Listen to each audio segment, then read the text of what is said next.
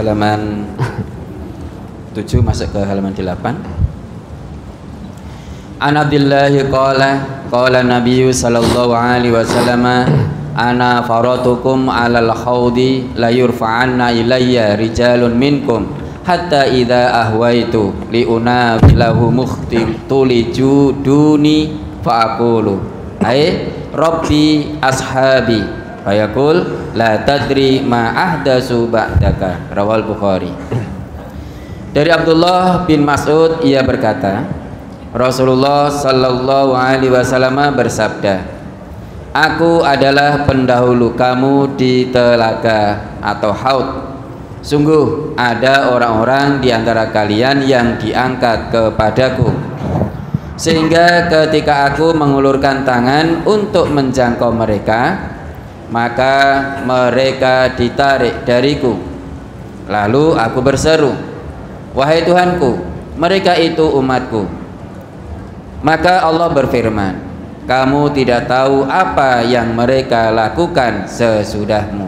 Hadis riwayat Bukhari. Mohon penjelasan hadis ini, Ustaz. Kita baca artinya itu dengan pelan-pelan, itu sudah bisa kita pahami. Jadi Nabi itu, beliau itu yang pertama kali nanti di telaga, di surga kelak. Dan menurut penjelasan beliau, la yurfa'anna ilayya rijalum minkum. Nanti di sana setelah Nabi berada di telaga itu, ada di antara umat Nabi yang diangkat kepada Nabi, artinya biar bersama-sama dengan Nabi di telaga itu. Kemudian apa yang terjadi?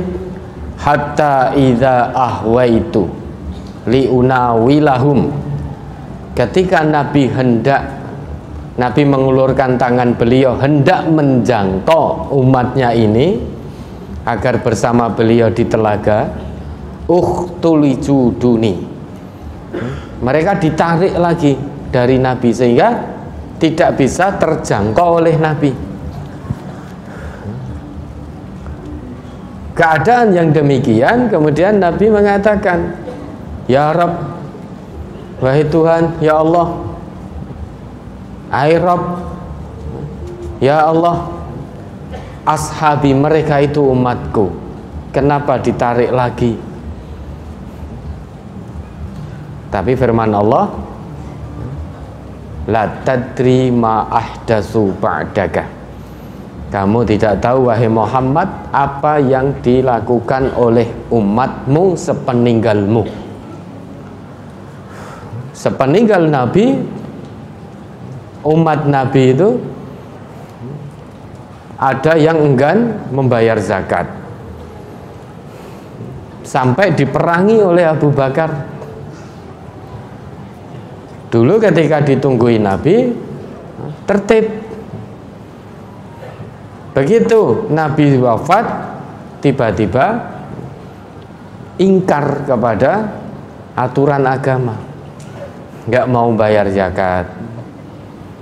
Kemudian mengada-ngadakan sesuatu amalan yang dulu Nabi tidak pernah mencontohkan, dan lain sebagainya.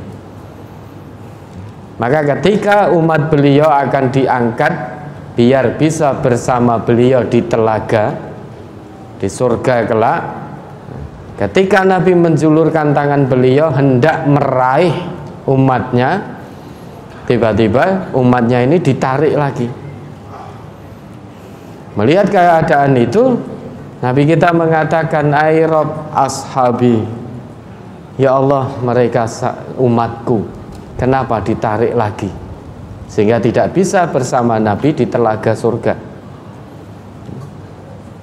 Tapi Allah Maha mengetahui. Nabi berfirman, Allah berfirman, kamu tidak tahu apa yang umatmu lakukan sepeninggalmu. Nah, kurang lebih begitu makna dari hadis ini.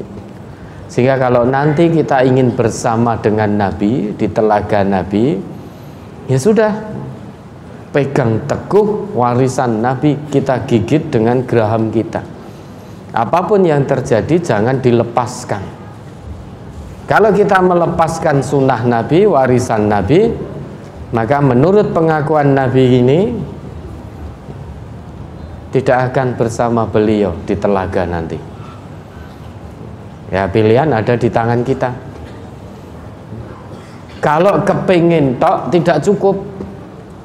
Oh, saya ingin bersama Nabi, saya ingin di telaga bersama Nabi, di surga bersama Nabi.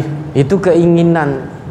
Kalau ingin tok, pengen saja, itu tidak cukup, harus diusahakan. Lawan kita menginginkan kesenangan dunia saja kita berusaha kok, kita usahakan. Masa menginginkan bersama Nabi di surga di telaga kita tidak mau berusaha dengan kuat, tidak mau berusaha dengan keras.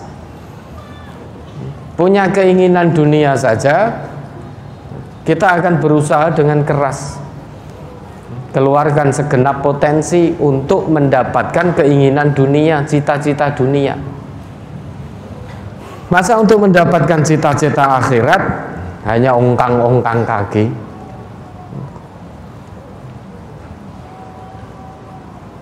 Cita-cita akhirat itu tidak bisa diraih hanya dengan ongkang-ongkang kaki, hanya dengan mendalilkan amal. Cita-cita akhirat hanya bisa diraih dengan keikhlasan, kesabaran, kesungguhan, pengorbanan, dan mengamalkan dalil, bukan mendalilkan amal. Mengamalkan dalil berarti setelah memahami apa yang menjadi warisan Nabi, kemudian diamalkan. Suka atau tidak suka dengan apa yang kita dapatkan dalam warisan Nabi, yaitu diamalkan. Karena agama ini, dalam agama ini, menjalankan agama ini hanya ada dua, berulang kali kita terangkan, if'al atau la taf'al, kerjakan atau jangan kerjakan. Itu agama. Kalau ada dalil yang memerintahkan itu, sudah kerjakan, jangan ditawar-tawar. Kalau ada larangannya, tinggalkan, jangan ngenyang. Gitu loh. Nawar ngenyang itu kalau kita beli di pasar saja ngenyang. Ya. Terkait agama jangan dinyang, jangan ditambah, jangan dikurang. Itu harga pas sudah. Al yauma akmaltu lakum dinakum wa atmamtu alaikum ni'mati wa raditu lakumul islamadina. Jadi agama ini sudah sangat sempurna, harga pas, tidak bisa bertambah, tidak bisa berkurang, karena yang paling paham tentang agama ini ya Nabi. Nabi meninggalkan kita, beliau tidak mewariskan harta benda, tapi yang beliau wariskan ilmu, yaitu kitabullah dan sunnahnya. Kitab Allah yaitu Al-Quran dan sunnah beliau, itu yang beliau tinggalkan pada kita. Lan tadillu ma masaktum bihima taraktu fikum amroini lan tadillu ma masaktum bihima. Sudah hafal hadis ini? Semuanya hafal insya Allah. Taraktu fikum amroini lan tadillu ma masaktum bihima. Apa yang ditinggalkan? Dua perkara ini, kitab Allah wa sunnata nabiyyih. Semuanya diantara kita ini sudah banyak yang hafal hadis ini. Tapi hadis ini menjadi hadis yang sensitif saat ini. Kuwi meneh. Hadis taroktu meneh kan itu. Ya ini yang harus kita pegang. Apa kata orang, ya hadis ini terus kita jelas-jelaskan, kita terang-terangkan. perkara orang seneng atau tidak seneng ya urusannya masing-masing. Yang penting apa yang menjadi warisan Nabi terus kita jelaskan, karena itu kewajiban kita. Balighu anni walau ayah. Kalau tidak mau menjelaskan, menerangkan apa yang menjadi warisan Nabi, ya jangan jadi orang Islam.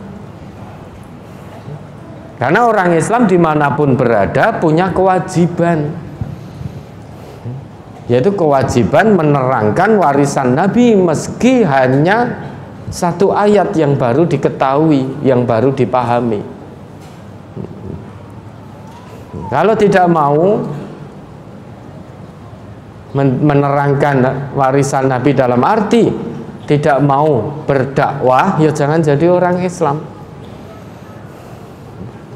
Setiap muslim dimanapun berada punya kewajiban.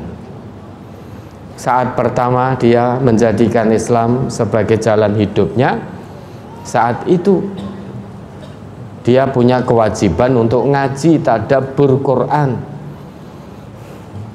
Setelah memahami, dia punya kewajiban untuk menyampaikan, untuk tabligh, menyampaikan apa yang dipahami meskipun baru satu ayat.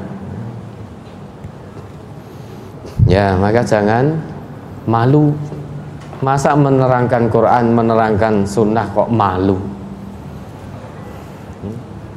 Yang sudah kita ketahui, kita pahami, kita jelaskan. Yang kita belum tahu, kita tidak jelaskan. Lawang belum tahu kok bagaimana menerangkan? Menerangkan sesuatu yang belum diketahui. Terus piye carane? Kita menerangkan, menjelaskan sesuatu yang belum kita pahami, yang belum kita ketahui. Ingat Bapak Ibu, dalam agama tidak ada pelajaran mengarang. Pelajaran mengarang hanya ada di pelajaran bahasa Indonesia. Mengarang bebas. Dalam agama tidak ada istilah mengarang. Materi mengarang itu tidak ada di dalam agama. Agama itu iya, tidak. Ya, maka kalau belum tahu ya kita tidak menerangkan, tidak menjelaskan. Apa malu? Tidak malu, wong tidak tahu kok menerangkan. Justru kalau kita belum tahu kemudian menerangkan harusnya malu. Kita tidak tahu dan kita tidak tahu bahwasanya kita tidak tahu. Fadzalika jahilun. Farajulun la yadri wa la yadri annahu la yadri. Fadzalika jahilun farfuduh. Ini jenis manusia yang keempat. Tidak tahu tetapi dirinya tidak tahu kalau dirinya tidak tahu, tapi pura-pura tahu. Dari mana kita tahu pura-pura tahu? Karena dia menerangkan atau kita menerangkan sesuatu yang kita tidak tahu. Lah orang yang seperti ini jahil. Apa jahil? Bodoh. Farfuduh, maka tinggalkan. Ya, oleh karena di MTA ini ditekankan kepada juru-juru dakwahnya, jangan menerangkan sesuatu yang memang belum diketahui. Ojo mundur isin. Ibaratnya begini, kita ada pertanyaan meski sangat mudah, namun kita lupa. Ya jangan ngarang jawaban. Saat mau bertanya, sholat subuh berapa rakaat? Nah, kita lupa. Itu kan gambaran pertanyaannya sangat mudah.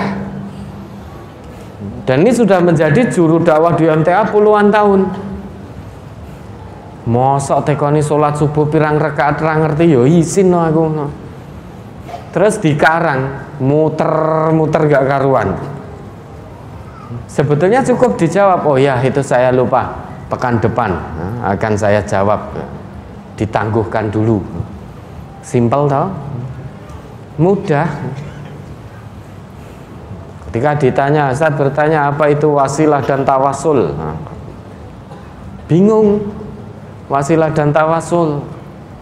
Ini pertanyaan yang familiar sebetulnya.